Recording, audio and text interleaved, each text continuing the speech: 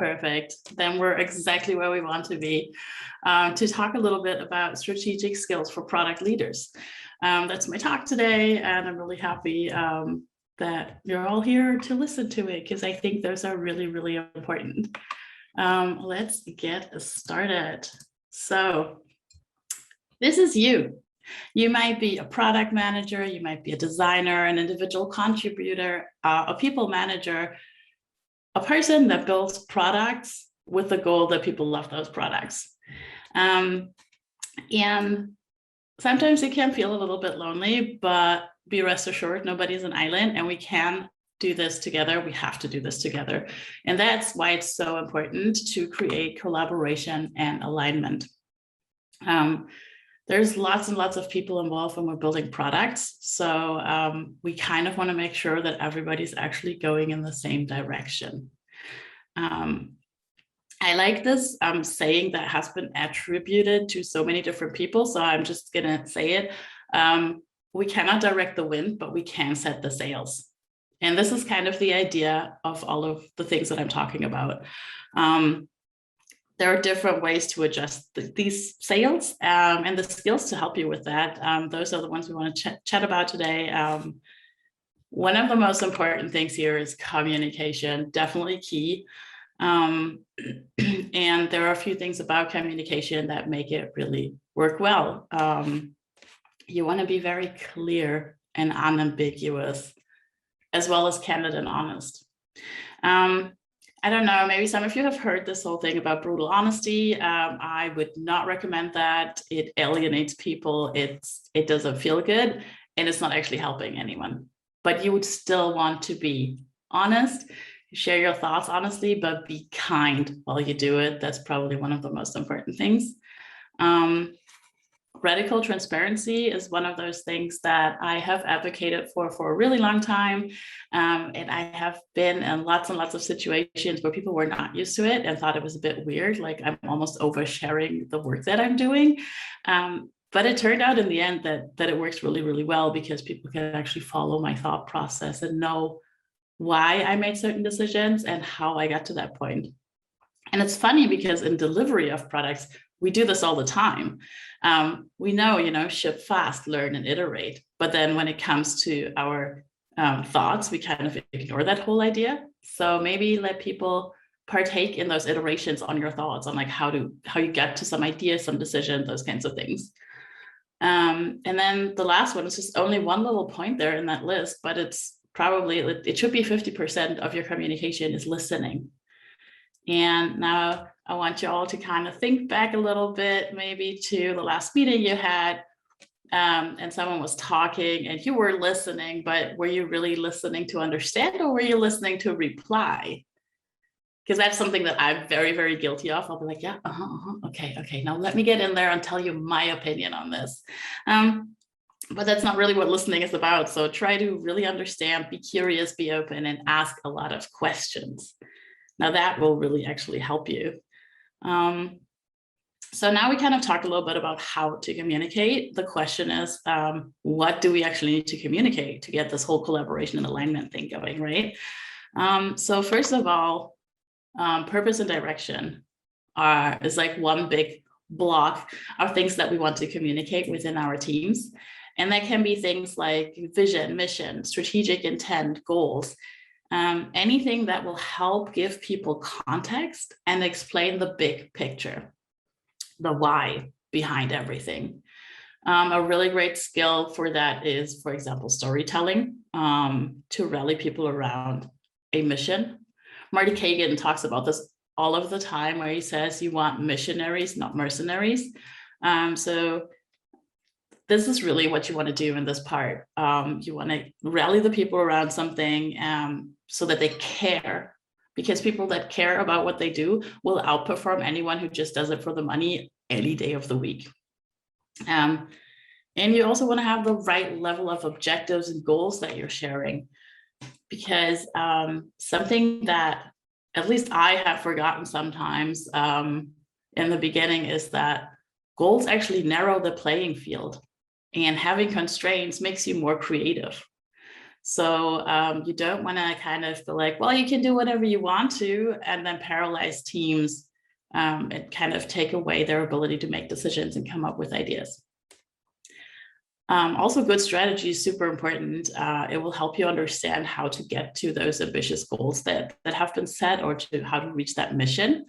And depending on your level, you either create these things.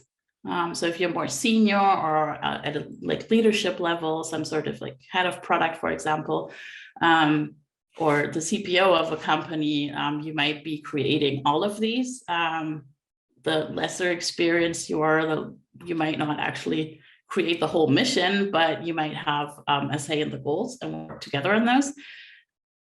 So that's the one part of it. And then something that everybody has to do, everyone in product should, especially product managers, is evangelize these things.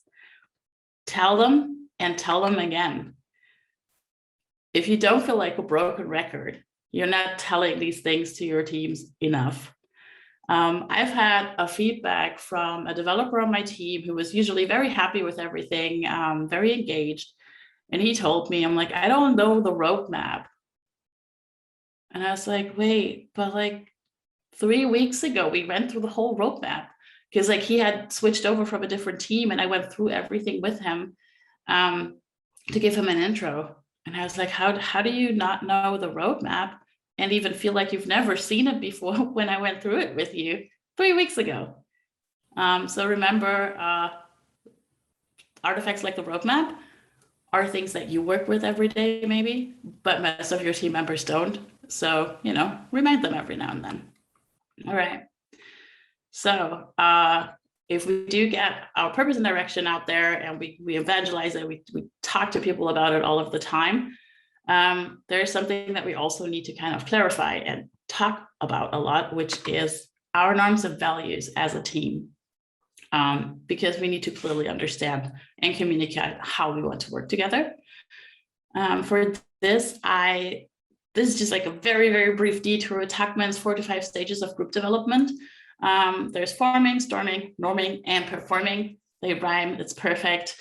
In the first phase, people come together, everyone's on their best behavior, but they're also focused on themselves. So they're not really a group yet, right? And then in the storming phase, it kind of like is the part where you want to sort the team out, or the group, build trust, but then there's also chaos and potentially conflict, because people have different ways of working, they have different values, and so you got to bring this all together. And in the norming phase, you actually get like the awareness of the competition, but also awareness of a shared goal. So that helps to resolve this conflict, create a spirit of cooperation, and create a competent, autonomous team that then can actually start performing together. That's a lot of work to coordinate this. Like, you need some coaching, you need to empower the team, you have to often help the team to verbalize these things. I can very much recommend the team canvas for this. There are 2 versions out there of the team canvas. One is the basic version and one's a more advanced one. If you've never done this before, take the basic one just to get started, and then later you can upgrade to the advanced one. And it just really, really helps to put everything out there and explain it, and make it explicit, and let people know what are the values that we all agree on as a group that are important to us. What are the rules and activities based on those values that we want to see in this team? And then how I use it with my teams is I usually run a session in the beginning when I start working with a new team, for whatever reason. And then we kind of review our canvas every 3 months or so, just to see if we're still all on the same page. It's good, and it really helps. And I've never met a team that didn't like actually doing these sessions. So highly recommend.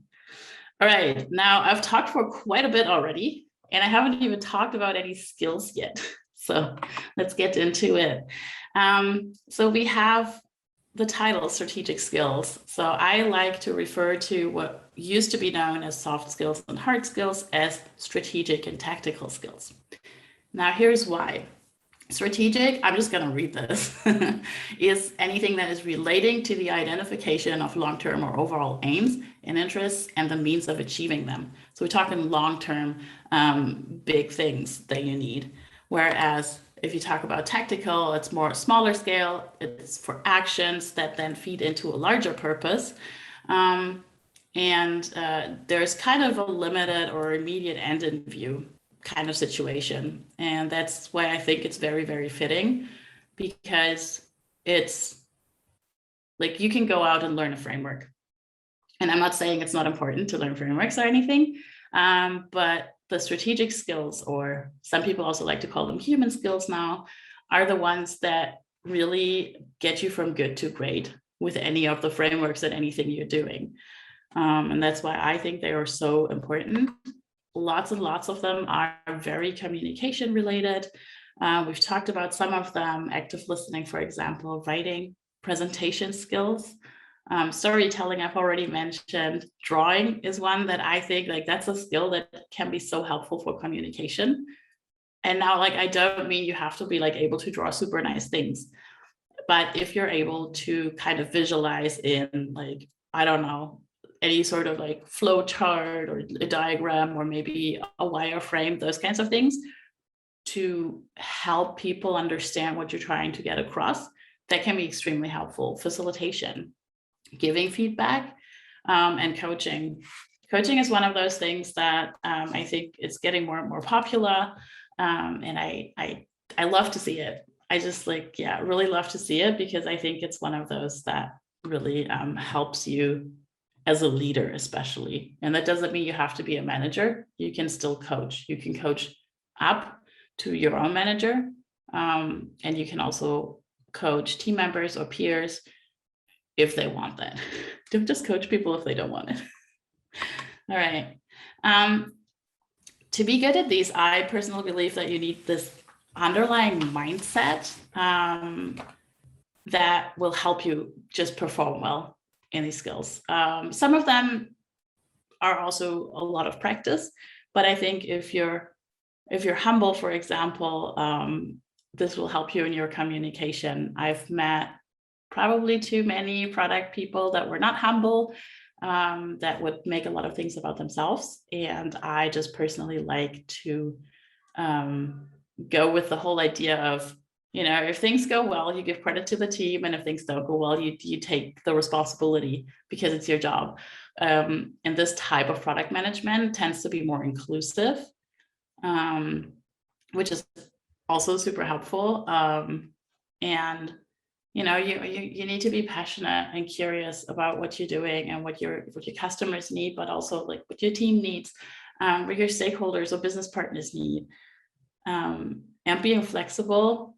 Now, you can think about Jeff Bezos what you want, but he was right when he said, be stubborn on vision and flexible on the details. And this applies to so many situations. But yeah, long story short, product management is a people position. So you really need to have a bit of emotional intelligence as well. There's empathy. As I said, customers, business partners, and team. This does not only apply to one of the groups, but to everybody around you. You're like a little communicator in the middle between all of these. Don't let your ego get in the way. Build relationships. And something that I have learned that really, really helped me was assuming good intentions and trusting people. No one is intentionally bad at their job.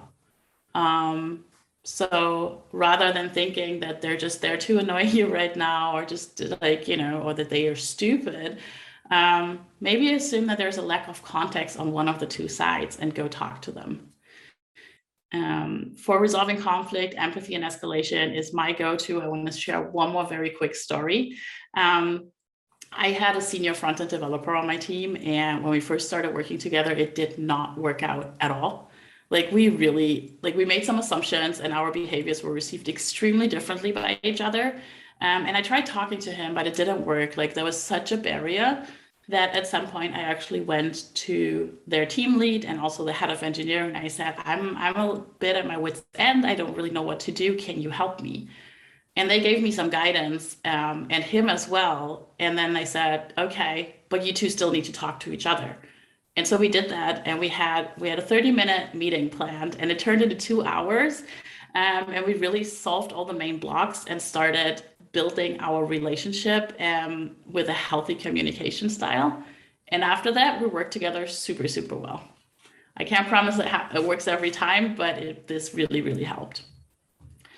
So yeah, at the end of the day, you need a balance between your tactical and your strategic skills. You will need both to succeed. But the success of your team very much depends on how much you can empower them. And for that, you need your strategic skills. Also, don't forget to have fun while you do it. And that is it. Thank you so much.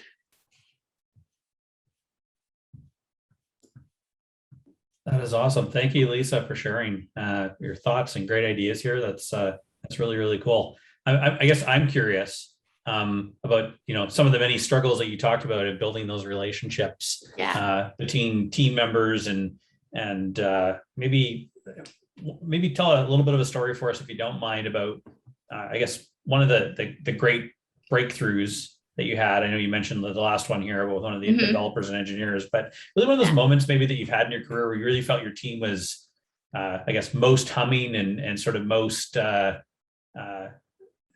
guess, fluid and working really great and really, really exciting. Like maybe something you can tell us a little bit about that, what that looked like and what you think was really the key to that contribution on that side. Yeah. So one of the teams I've worked with, they all just came like partially from other teams. There were a few new people in there. I was new at the company, and it took us a moment to just kind of like get our groove going. But I think something that I personally do is I always trust everyone on my team first. Like there's no thing, it's like earning trust. In German, we actually talk about a trust advance. Like that's an expression that you can use. Like you give people a trust advance, which I really like. And so that's definitely something that helps. And showing the team that you trust them and letting them know that you do that helps them to also trust each other. And with that, I saw a lot of the communication getting more and more honest. Like people would bring up things that they wouldn't before in our retros, for example, and just be like, hey, you know what? And nothing like terrible or anything, but those were the small things that just made everything else go more smoothly. Like, hey, I don't know, the way you give me feedback on my merge requests, just it felt really bad. Like it made me feel really terrible because it made me feel like you think I'm stupid. And then the other person could actually react to it and be like, dude, no, I don't think you're stupid. I'm not a native speaker and I have a hard time sometimes to maybe put some nuance into my words. And then we talked about it and it got resolved. So there's like one little thing. And so it keeps kind of going. With these little steps that help just bring the people together. And also running the team canvas was one of those things where people would very explicitly say, like, these are the values that are very important to me. And these are rules that I would like me and my team to follow so we can work well together. And I've only had like good experiences using a team canvas with different teams. Yeah, that's cool. That's awesome. I got to paraphrase or ask some of the questions that are coming up here from people along the way. What's a long-standing? What about a long-standing team? At what point can you implement this? At any point. I've also, when I first learned about it, I was in a team. So I didn't just be like, well, guys, I learned a new thing, so I'm going to leave so I can start a new team.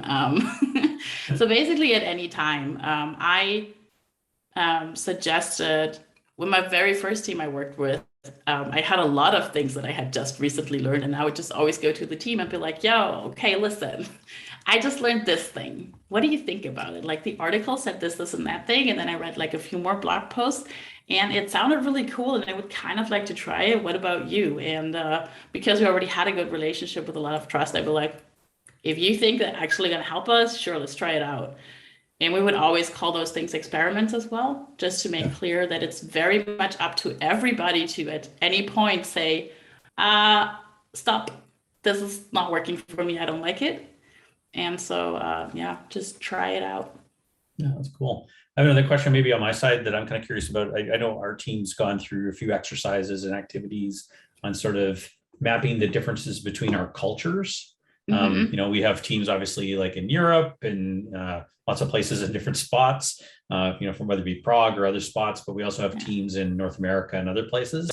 And I think it's interesting to see the cultural differences in terms of sometimes how we interpret a particular situation, how we answer Hmm. maybe a certain question, maybe even sometimes how we show up Yeah. and kind of present ourselves. And I guess I'm curious of any kind of experiences you can share on that side of and things that you've maybe found valuable or helpful in helping teams bridge those gaps, particularly. Yeah. So I am from Germany. I've mostly worked in Europe, but I've also worked in Canada. Yeah. And as a German, I guess I'm pretty direct. So in Canada, I actually got the feedback that I'm too direct and I need to be nicer. Like I wasn't friendly enough to my stakeholders because I would just be like, no, we can't do that right now because we have this, and that on the roadmap. We talked about it. Unless you tell me this has a higher priority and then we'll just reprioritize. How about that? And they'd be like, nah, you got to be a bit more careful with that. Um, so that was something that I had experienced.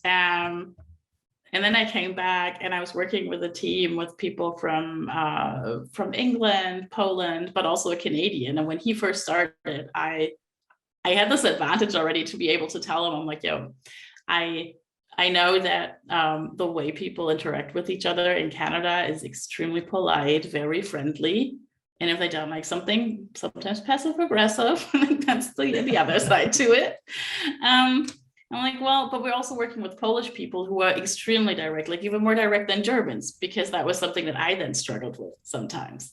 So those were things we would just kind of talk about within the team. So that really kind of helped. I just recently had one of my developers share a story with me where he was working in an international team, and a lot of non-native speakers would, if someone suggested something where they were just like, oh my God, that's crazy. Are you crazy? Like that's what they would say to a person. But then people that they worked with that were, I think they were US American, and for them it was just kind of like, that's a bit rude to just like call me crazy because I make a suggestion. Like that's like, it didn't go down well, but they didn't really say anything in that moment, so it just kind of kept building up. And at some point they learned that like you just don't say are you crazy to your manager if they tell you something. Yeah. And maybe do it a bit differently. But yeah, I think you live, you learn, and you get funny stories from that sometimes. If That's awesome. so far no one's like feelings have been hurt in like a bad way, and like I have not been in any like really really bad situations, more like funny anecdotes now. Yeah, that's cool. That's cool. And then like I guess we got another question here. How do you motivate your development team to deliver on time? Oh yeah, that's a tricky one because I'm the first person that will like, you want a deadline? Well, sorry, I don't have one for you. Too bad, isn't it? Um, because I think you don't motivate people to deliver on time. You motivate people to create value. So you need to kind of go that extra step to make sure. That's why I said you need to be a broken record. You need to talk about why you're building something so much that everybody on the team knows, and then they will be motivated. And or I will be like, well, like these are the time slots when I will be interviewing users or we'll be testing the new prototype. Here's the link, please watch it. If you don't have time then, or you're like make your time and you want to focus, there'll be a recording that you can watch. I'll probably also take some notes that I'll share with you later. And so I will share my findings from user research a lot, because just because you told people there's a link and you can watch it, they might not watch it, and that's okay. So I try to help them. And that's something that I also see as empowerment, me trying to help my teams to just get stuff like user research or time for that, or know about the roadmap, know about like how our stakeholders are kind of, picking, I guess, those kinds of things. Yep. Because I don't think I've ever met, maybe very rarely, but I don't think I've ever met any developer who was like, I just want to code. I want to be a code monkey. Like that was literally what I signed up for. And nothing else. I don't think that has ever happened. I know people who say, well, I don't want to like go out and interview people. That makes me uncomfortable, but that's not what I'm asking. So Yeah, I think, that's good. yeah, finding some balance there, and then having goals and not deadlines if possible. No, that's great. I'm going to wrap up with one last question, and that's, I Yeah. guess, the one that just showed up. Let's ask that one. How do you improve on your skill set to be top of your game at all times? Yeah. First of all, probably allow yourself not to be top of the game at all times. Step out of your comfort zone. For me, for example, I thought, I'm like, oh, I don't know if I'm good at coaching. I have no idea. So what I actually did was something that I would just try a bit more of a coaching with some of the people on my team, or I would actually just find people in communities that were like, oh, I'm like really looking for a mentor or a coach. And I'm like, well, I'm kind of starting on that journey, but I don't really know if I'm good yet, but maybe like you don't need to pay anything, but I get to practice, and then together we can see if it works. And that way I got coaching experience, for example. But yeah, just go out there and do it. Don't worry about doing it perfectly, just get started. Okay, cool. That's awesome. I really appreciate your time today, Lisa. This is fantastic of you taking the moment to share your thoughts, your ideas, and just frankly give back to the community wider. I really appreciate you helping us build stronger product makers, as we'd like to say, and sharing your ideas and contributions today. And as a reminder too, if you found today helpful, we also have another great event coming up in October on how to run product at scale, which is our Product Excellence Summit here at Product Board, and encourage you to check that out as well. There's information as well on the product makers community for that.